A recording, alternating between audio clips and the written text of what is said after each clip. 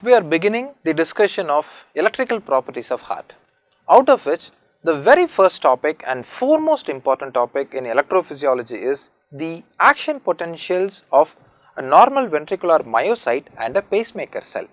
So let us start with the ventricular myocyte action potential, doctors. Now this graph tells you the ventricular myocyte action potential. On the x-axis we are representing time. On the y-axis we are representing voltage. Voltage in millivolt is represented in y-axis. Time in millisecond is represented in x-axis. The entire duration of a myocyte action potential spans about 200 to 250 millisecond. The duration of a ventricular myocyte action potential is about 200 to 250 milliseconds, doctors. As you know, the cells of heart are not uniform and homogeneous. Myocardial cells at different regions of heart do have a very different electrical properties. So, not every single cell will have an action potential duration of 200 millisecond. So, some has got 200, some has got 210, 220 and some has got 250, doctors. So, it spans a range of duration. The myocyte action potential do not have a single value, rather different cells at different regions of heart has got different length and timing of action potential duration. Now, the resting membrane potential of a ventricular myocyte is minus 90 millivolt. Resting membrane potential is minus 90 millivolt. Remember, it is a striated muscle, isn't it? Cardiac myocyte is a striated muscle. Any striated muscle has got a resting membrane potential of minus 90 millivolt. We have two kinds of striated muscles in our body. One is skeletal muscle and the second one is cardiac muscle. So, for both skeletal as well as cardiac muscle, the resting membrane potential is about minus 90 millivolts, doctors. Now, the first phase is called as depolarization. Depolarization is due to influx of sodium. Depolarization is due to influx of sodium, doctors. The immediate phase, that is phase 1. Phase 1 is called as immediate repolarization. Immediate repolarization is due to potassium efflux. Then we have phase 2, doctors. Phase 2 is also called as plateau phase. Phase 2 is also called as plateau phase. Remember, in plateau phase, the potential will be isoelectric, which means the potential neither rises towards positive values nor it falls towards negative values. The potential remains isoelectric. Because the potential is isoelectric, the curve remains flat, right, doctors? So, this makes you to understand another concept also, that wherever and whenever the potential is isoelectric, which means it is neither getting up towards positive values nor it is getting down towards negative values, the electrical recording will be flat, right? The line will be simply flat. It will neither be an upstroke nor it will be a downstroke. Please get to know this point as of now, because this is going to play a crucial part in understanding electrocardiogram, doctors. Now, phase 2 is also called as plateau phase. Plateau phase is contributed by two kinds of ions. You have simultaneous influx of calcium ions and simultaneous efflux of potassium ions. So, cell is gaining a cation in the form of calcium, cell is losing a cation in the form of potassium. Since two ions, both are cations, one is getting into the cell, another one is getting out of the cell, right? A cell's electrical property gets balanced. Simultaneously, as a cell is gaining a cation and losing a cation, the electrical property gets balanced, and this is the reason why the line looks flat in plateau phase, doctors. Now, coming to phase 3, guys, coming to phase 3. Phase 3 is also called as late repolarization. Late repolarization or final repolarization. Again, this final repolarization is due to potassium efflux. And finally, we have phase 4. Finally, we have phase 4 doctors. Phase 4 is nothing but resting membrane potential. Phase 4 is nothing but resting membrane potential. So, cardiac myocyte action potential starts from phase 0. It starts from phase 0, goes to phase 1, phase 2, phase 3 and phase 4. Together there are 5 phases of cardiac myocyte action potentials. Now, the questions on this topic, cardiac myocyte action potential, has been revolving around 2 topics, doctors. Number 1, the questions have been asked on 2 topics. Number 1, ions responsible for action potential phases. Ions responsible for action potential phases. Let us have a quick summary here. Phase 0 is because of sodium. Phase 1 is because of potassium efflux. Phase 2 is because of 2 ions, 2 for 2, calcium and potassium. Phase 3 again potassium. Phase 4 no ions, doctors, it is resting membrane potential. The cell's electrical property gets back to its original configuration. Now remember, sodium is getting influxed, calcium is getting influxed, while potassium always gets effluxed out. Potassium is always getting effluxed out. Potassium is always getting effluxed out. This is the first set of questions asked on this topic, the ions responsible for myocyte action potential.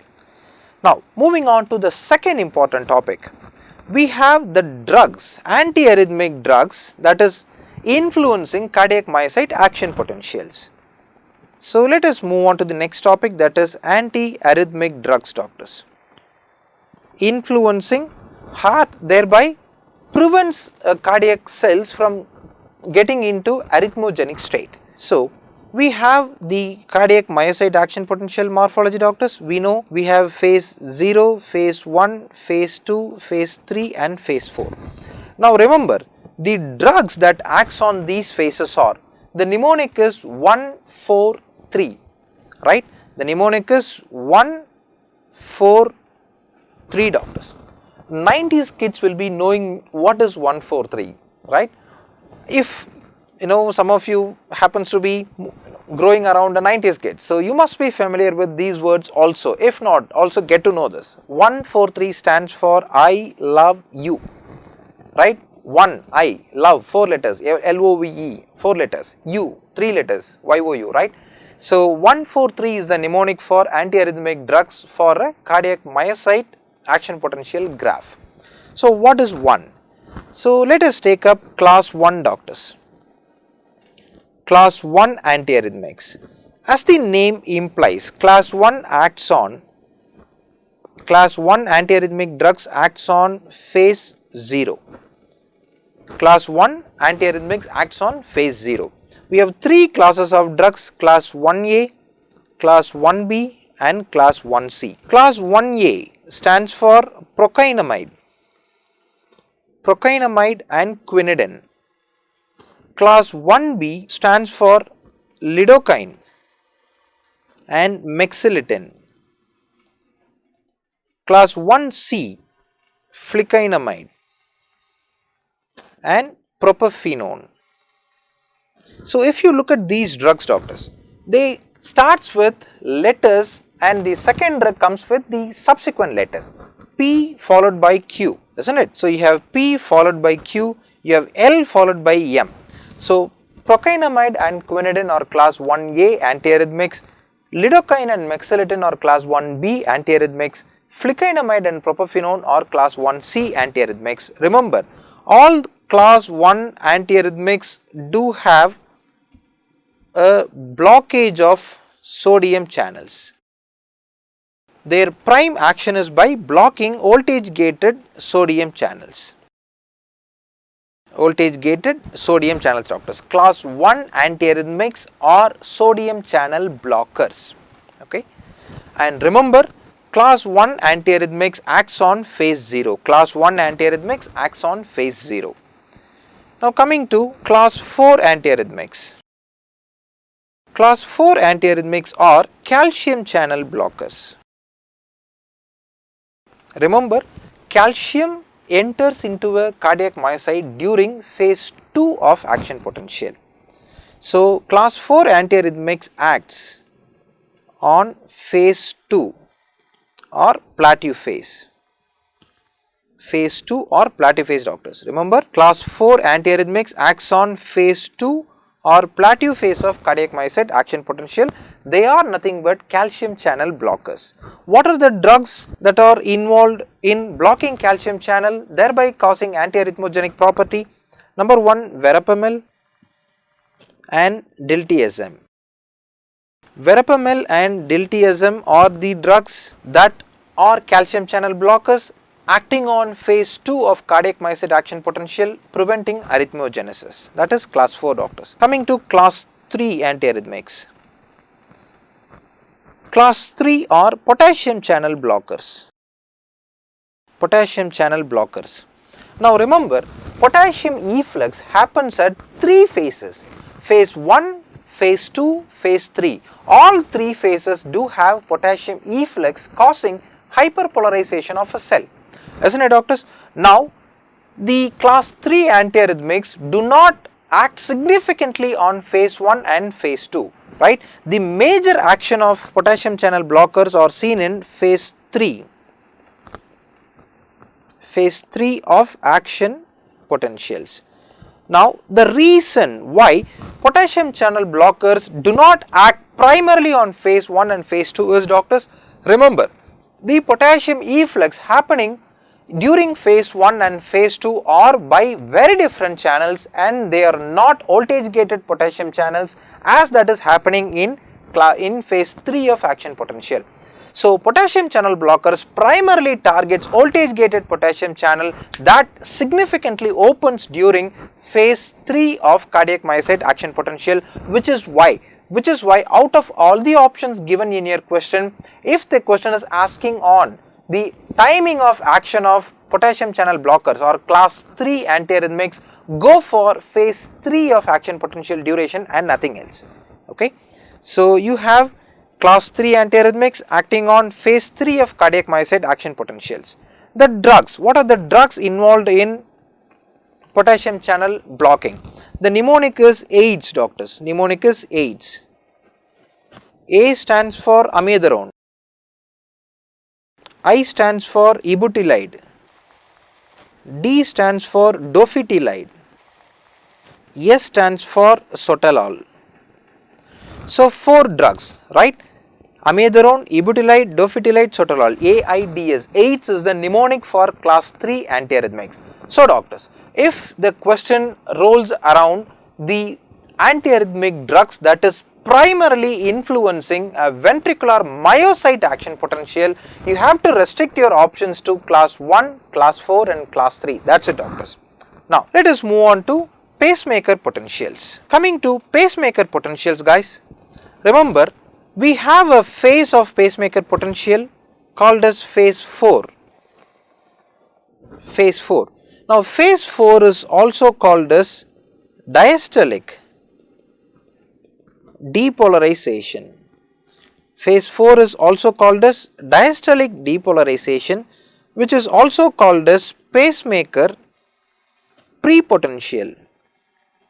Pacemaker prepotential, doctors. Diastolic depolarization also called as pacemaker prepotential.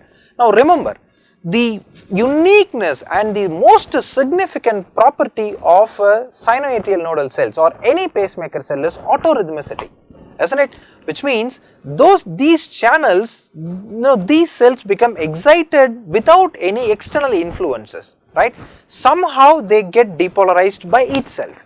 Isn't it, doctors? Every single excitable cells needs a trigger from an external source to become activated, but this is not happening in a pacemaker cell. Without any external influence, pacemaker cell gets activated by itself, doctors. Now the channel that is responsible for making a pacemaker cell to get auto-excitable and producing autorhythmicity is the important topic in cardiac electrophysiology. Right, doctors? And the channel, let us take up the channels here. So, diastolic depolarization or the pacemaker prepotential are manifested by 2 channels. Number 1, hyperpolarization. hyperpolarization induced cyclic nucleotide channels. Hyperpolarization induced cyclic nucleotide channels, doctors, which is abbreviated as HCN channels. Remember, HCN channels are also called as funny channels. HCN channels are also called as funny channels, and the current that passes through the funny channels is called as funny current. The current that passes through the funny channel is called as funny current, doctors. Why is it happening? So why it is called as funny? Remember, every single cationic channels in body opens with depolarization, isn't it? When there is a resting membrane potential, every single voltage gated cationic channel opens when the potential is being taken towards positive values from RMP. For example, let us take up the neuron. We have resting membrane potential as minus 70 millivolt.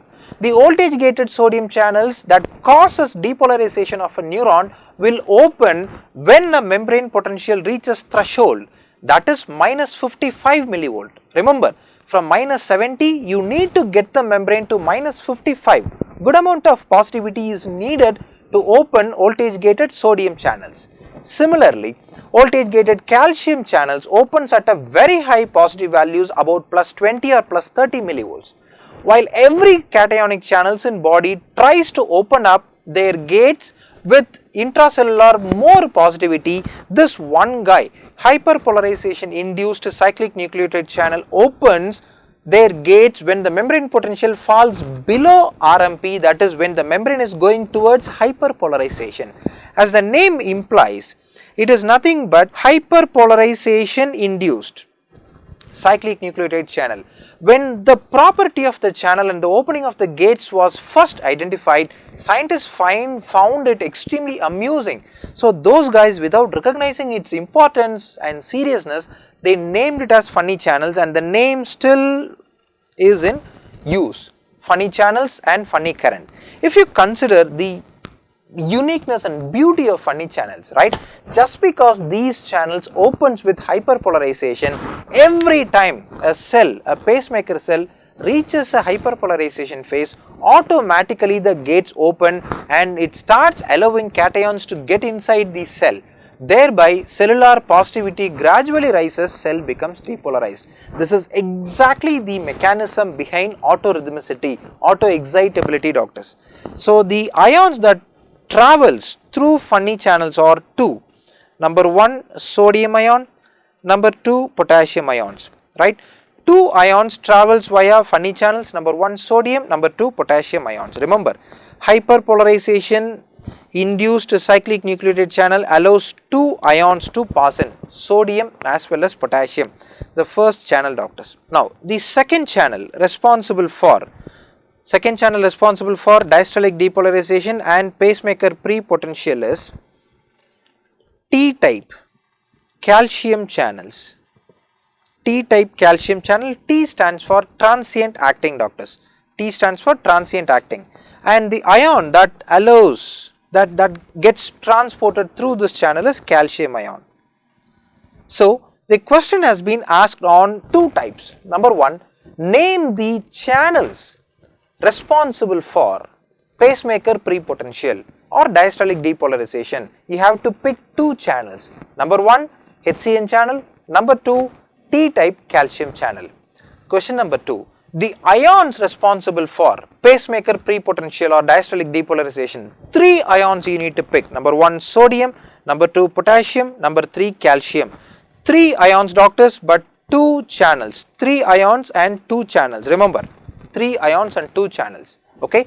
Now, if the question, and it has been asked in previous years also, if the question is on the ions that are getting transported through HCN channels alone, your answer should be only two ions, that is sodium and potassium, doctors. Remember, right? So prepotential is caused by two kinds of channels. Phase 4, prepotential is caused by two kinds of channels. Now let us take up the phase 0, which is nothing but depolarization. So in a cardiac mice, in a pacemaker cell, depolarization is because of voltage gated voltage gated L type calcium channels, voltage gated L type calcium channels that allows calcium to get into the cell. If you consider the significant difference between depolarization of a pacemaker cell and depolarization of a ventricular myocytes, right? Ventricular myocytes are triggered by sodium influx, while pacemaker cells are triggered by calcium influx. The ion responsible for depolarization of a pacemaker cell is calcium. The ion responsible for depolarization of a myocyte is sodium. Very different, right doctors? So, phase 0 of a pacemaker cell is due to calcium influx, right? Coming to phase 3 doctors. Phase 3 is nothing but repolarization.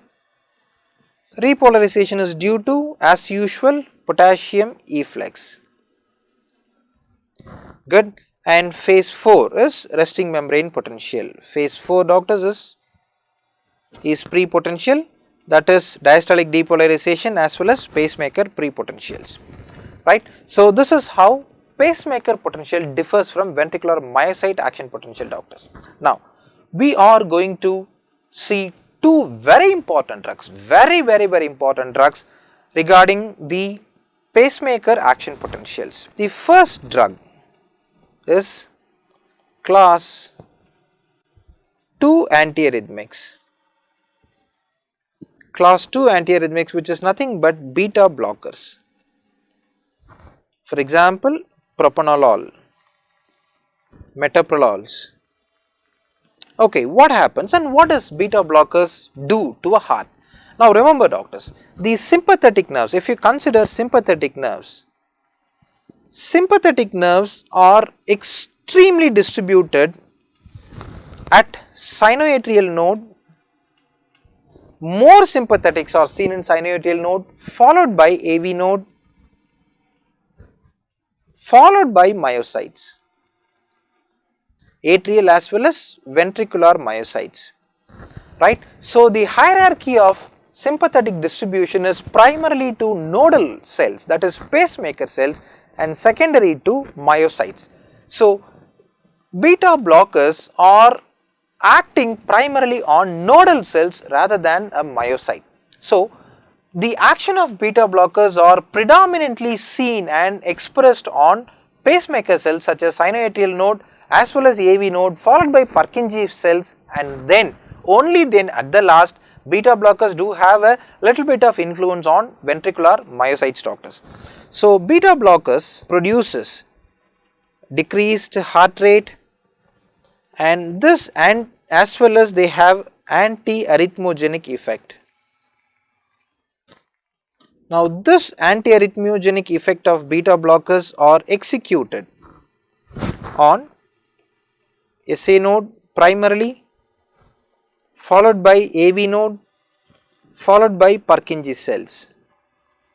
So, what happens? What happens to SA node? What happens to AV node? What happens to Purkinje cell? There will be decreased excitability, decreased pre-potential, there will be decreased conductivity and conduction velocity. Decreased excitability is nothing but negative chronotropic,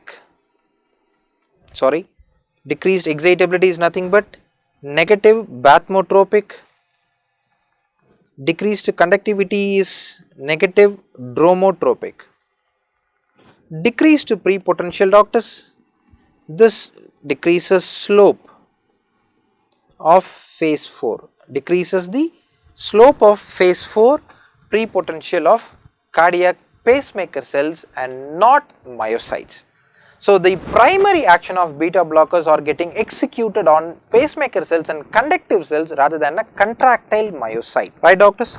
Now, coming to effect of the same beta blockers on myocytes. So, on ventricular myocytes, on ventricular myocytes, beta blockers do have a unique function that it decreases phase 4 or resting membrane potential. As it decreases phase 4 and resting membrane potential, this prolongs action potential duration. Prolongs action potential duration and it decreases excitability. So, the first question you have to be very familiar with class 2 antiarrhythmics is, whenever and wherever you come across class 2 antiarrhythmics, beta blockers, think of pacemaker cells, and only then come to myocytes, doctors. Finally come to myocytes. This is class 2 antiarrhythmics, that is beta blockers. Now, we have one another drug to be discussed here, that is ivabradine. While all these drugs are acting on either a sodium channel or a calcium channel or a potassium channel or entirely acting on a cell's electrical property itself, the only drug that exclusively touches on hyperpolarization induced cyclic nucleotide channel is ivabradine. Ivabradine blocks hyperpolarization induced cyclic nucleotide channels. This channel, doctors, we just saw here, right? Hyperpolarization induced cyclic nucleotide channel is blocked by ivabradine. Very important, is blocked by ivabradine, right? Now, the crucial point you got to be knowing in ivabradine is, as it blocks HCN channels, right, it also decreases oxygen demand of myocytes. It also decreases oxygen demand for myocytes. Because of these two properties, ivabradine can be used in antiarrhythmic functions. As well as ivabradine can also be given in congestive heart failure because it decreases oxygen demand. It decreases oxygen demand of myocytes, thereby they are cardioprotective, right? So, ivabradine can also be used in congestive heart failure. It decreases oxygen demand of a myocyte, it enhances cardiac contraction. The most important adverse effect of ivabradine is, it increases visual sensitivity to light. So, there will be an effect called as luminous effect. Luminous effect, where patient sees everything very brightly, right? The ambience of patient's visual field looks enhanced and the brightness will be very astounding.